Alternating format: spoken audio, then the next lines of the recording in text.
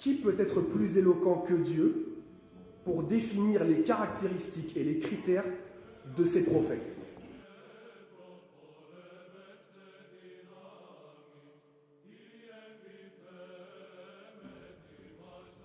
Qui peut être plus éloquent que les messagers et les prophètes en question rapportant les paroles de Dieu à propos des critères prophétiques? Il faut savoir différencier un vrai d'un faux prophète. Et il est évident que les réponses à ces deux questions sont Dieu et ses messagers.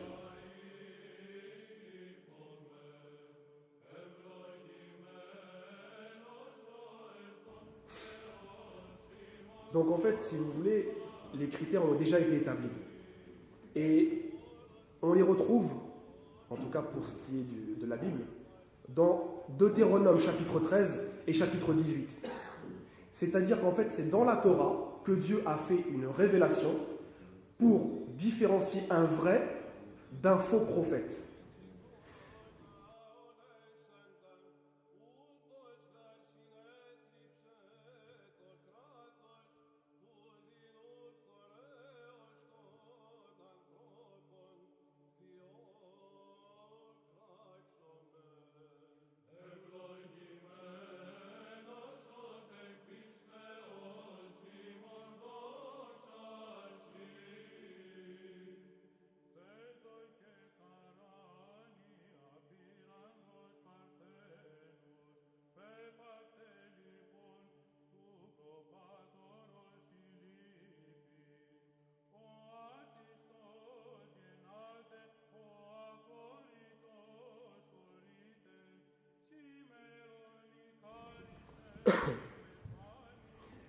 Donc, de l'époque de Moïse, paix sur lui, jusqu'à Jésus, les enfants d'Israël n'avaient que ces critères-là pour pouvoir faire la différence entre un vrai et un faux prophète.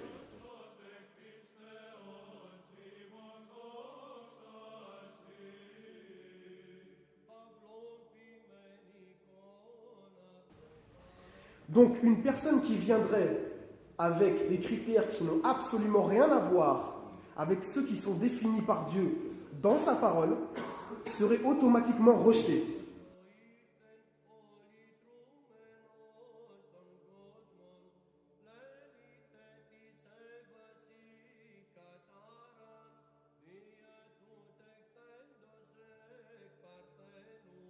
C'est la règle dans Deutéronome 13. Il faut que le prophète qui vient enseigne le Dieu que les enfants d'Israël ont toujours connu. Si le prophète vient et enseigne un Dieu dont les enfants d'Israël n'ont jamais eu connaissance, ou dont la conception et le concept est différent de ceux qu'ils ont connus, c'est un faux prophète automatiquement.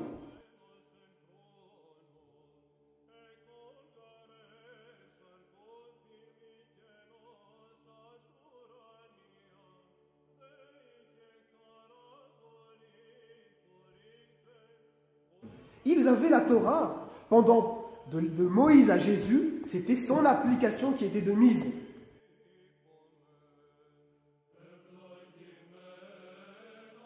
L'islam donne l'impression d'être un mélange d'enseignements et de pratiques fréquentes en Arabie durant la vie de Mohammed. Cela ne devrait pas nous étonner si ces révélations étaient purement humaines. Par exemple, les Sabiens, dont le Coran fait allusion à plusieurs reprises, récitaient la profession de foi, il n'y a pas de divinité en dehors de Dieu. Mohammed s'est simplement rajouté lui-même dans cette profession de foi. Les Sabiens priaient également 5 fois par jour, comme les musulmans d'aujourd'hui. Certains Perses croyaient à la vie après la mort, un paradis de délices voluptueux qui les attendait avec des vierges perpétuelles comme récompense. N'oublions pas les païens d'Arabie.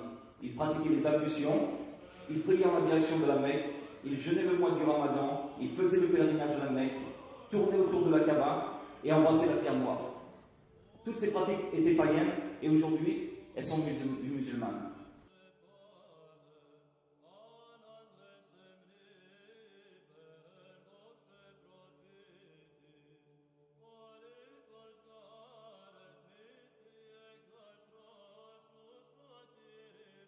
Second possibility we have to consider as someone who claims to be a prophet is that the person is being influenced by some sort of spirit, but this is spirit is not from God. La seconde possibilité que nous pouvons considérer, c'est que quand quelqu'un affirme être un prophète, cette personne est influencée par une sorte d'esprit, mais cet esprit ne vient pas de Dieu. Here we have to examine Muhammad's spiritual reliability. Ici, nous avons besoin d'examiner la fiabilité spirituelle de Mohammed. And there are several issues here that raise concerns. Et il y a plusieurs problèmes qui soulèvent cette question. For instance, we know from Muslim sources that when Muhammad began receiving revelations, his first impression was that he was possessed by some sort of spirit or jinn. Par exemple, nous savons de sources musulmanes que lorsque Mohammed a commencé à recevoir ses révélations, sa première impression était qu'il était possédé par un démon ou un djinn.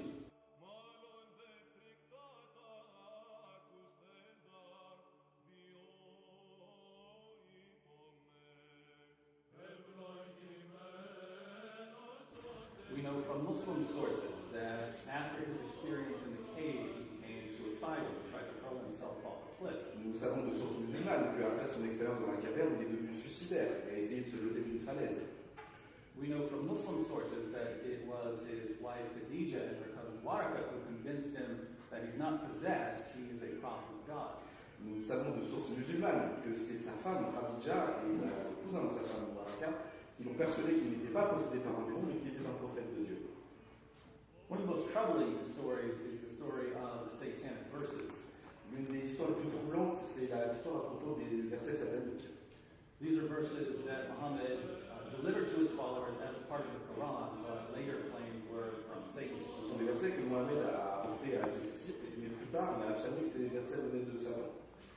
Many Muslims today pretend that this didn't happen, but I have 37 Muslim sources on giving various versions of the satanic verses. Les musulmans aujourd'hui aiment à dire que cela ne s'est jamais produit, mais j'ai 37 sources musulmanes qui affirment différentes versions de cette histoire. The early Muslim community knew that it happened, and here's what the earliest reports say. Les premières communautés musulmanes savaient que ça s'était vraiment produit, et voilà ce qu'ils disent à ce sujet. When Muhammad was preaching in Mecca, he didn't win converts very fast. Quand Mohammed a commencé à prêcher à la Mecque, il a gagné beaucoup de convertis. But he wanted his tribe to convert, so he was hoping to receive a revelation that would help them. Mais il voulait que ses compatriotes acceptent qu'il fallait se convertir, donc il espérait recevoir une révélation qui allait les aider. Then when he got the revelation he was looking for, Et un jour, il a reçu la révélation qu'il cherchait. it said, "Have you not heard of Alat, Alusa, and Manat, the third, the other?" Cette révélation disait, est-ce que tu n'as pas entendu parler de Al-Lat, Al-Uza et Manat, de la troisième, l'autre? These are the exalted cranes whose intercession is to be hoped for. Ceux-ci sont des figures exaltées dont l'intercession doit être espérée. This is what Surah 53 originally said. C'est cela que la sourate 53 disait à l'origine. It said that in addition to Allah, there are three goddesses that Muslims can pray to, Allah, Alusa, and Manat. Cette sourate, elle disait qu'en plus d'Allah, il y a trois déesses que les musulmans peuvent prier, Al-Lat, Al-Uza et Manat. Muhammad delivered these verses to his followers. He bowed down in honor of them, and his followers bowed down with him. Mohammed a apporté ces versets à ses disciples, il s'est prosterné en l'honneur de ses déesses et ses disciples sont prosternés avec lui.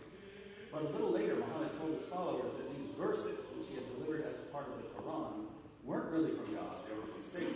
Mais un peu plus tard, Mohammed a dit à ses disciples que ces versets qu'il avait apportés comme faisant partie du Coran avaient en fait été inspirés par Satan et qu'il ne venaient pas de Dieu. And he replaced them with the words that are in Surah 53 today. Et il les a remplacés par les mots que l'on trouve dans la sourate 53 aujourd'hui. So when you read Surah 53, keep in mind that it originally promoted polytheism and that, according to the story, Muhammad could not tell the difference between a revelation from God and a revelation from Satan. Donc quand vous lisez la sourate 53, gardez en tête qu'à l'origine, cette sourate était la promotion du polythéisme et que Mohammed n'était pas capable de faire la différence entre une révélation de Dieu et une révélation de Satan. It's also interesting to note that at one point late in life, Muhammad was a victim of a magic spell. C'est aussi très intéressant de remarquer qu'à un certain point plus tard dans sa vie, Mohammed a été la victime d'un sort magique qui a duré environ un an. According to several passages in Bukhari and other sources, a man named Labid used a hair from Muhammad's hairbrush to cast a spell on him. Selon plusieurs passages dans Bukhari et d'autres sources, un homme nommé Labid a utilisé un cheveu de la brosse à cheveux de Mohammed pour jeter un sort. This spell made him delusional and gave him false beliefs. Ce sort l'a rendu délirant et lui a donné de fausses croyances. Why is this a problem? Pourquoi est-ce que c'est un problème?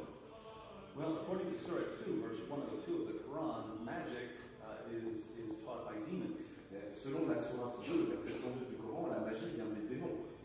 According to Surah 16, verses 98 to 100, Satan has no power over those who believe in Allah and trust in Him, but only over those who are friends of Satan and who commit shirk, the sin of associating partners with Allah. Selon la sourate 16, verset 98 à 100, Satan n'a pas de puissance sur ceux qui croient en Allah et qui lui font confiance, mais seulement sur ceux qui sont amis de Satan et qui commettent shirk, c'est-à-dire le péché de s'associer avec les partenaires, les associateurs de Satan.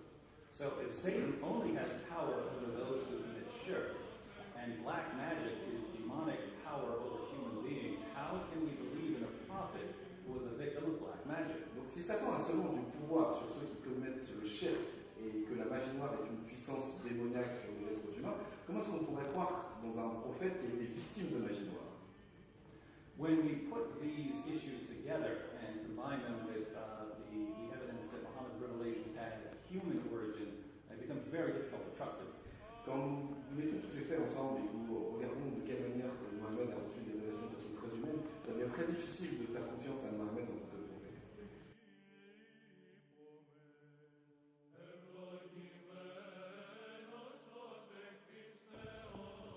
First, they argue for biblical support, the criteria of a prophet. D'abord, ils ont argumenté à propos de support biblique pour un critère prophétique.